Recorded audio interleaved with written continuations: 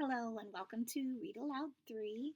And I am going to be actually trying to read another chapter today because I decided that I didn't want to be quite as far behind with you as I am reading through the book of this book for Samuel myself. So let's get caught up. I'm on I've read through chapter 4 today myself, and so I finished chapter 1 on the channel, and I'm going to read through chapter 2. Then Hannah prayed and said, "My heart rejoices in the Lord my horn is lifted high. My mouth boasts over my enemies, for I delight in your deliverance." And I am going to do the reference for horn because I think it might be interesting. Horn here symbolizes strength.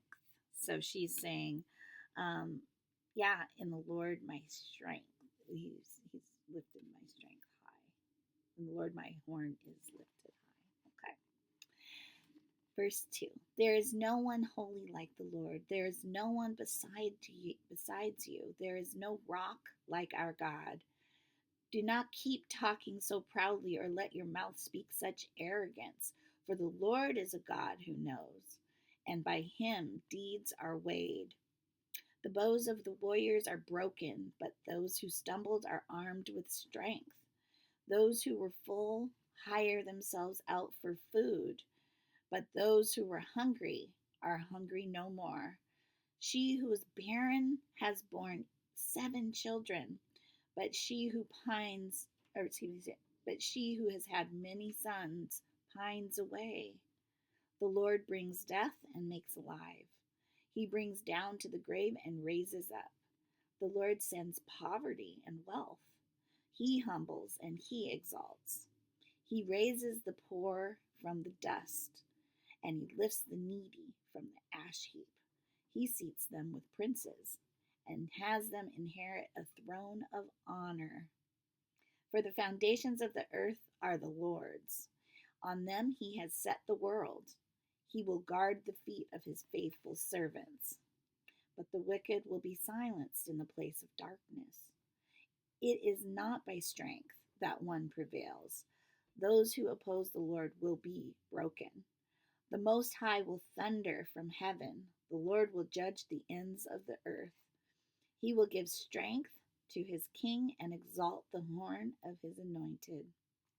Then Elkanah went home to Ramah, but the boy ministered before the Lord under Eli the priest. Eli's sons were scoundrels. They had no regard for the Lord. Now it was the practice of the priests that whenever any of the people offered a sacrifice, the priest's servant would come with a 3-pronged fork in his hand while the meat was being boiled, and would plunge the fork into the pan or kettle or cauldron or pot. Whatever the fork brought up, the priest would take for himself. This is how they treated all the Israelites who came to Shiloh.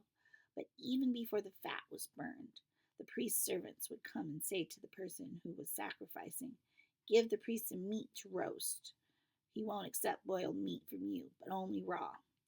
If the person said to him, "Let the fat be burned first, and then take whatever you want," the servant would answer, "No, hand it over now. If you don't, I'll take it by force."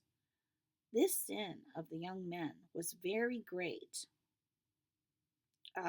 in the Lord's sight, for they were treating the Lord's offering with contempt. Now, I am going to stop here because I didn't realize I don't think I'll be able to finish the chapter in this one video, 5 minutes long. But I just love Hannah's prayer in this. I mean, isn't that awesome? So I'm going to stop and comment there. When God has made himself known and real to you, like, listen, those are words of such eloquence and just splendor, and I just know those are words from the Spirit coming out of Hannah. And I think it's just beautiful to see how God can touch someone's life that way, where she was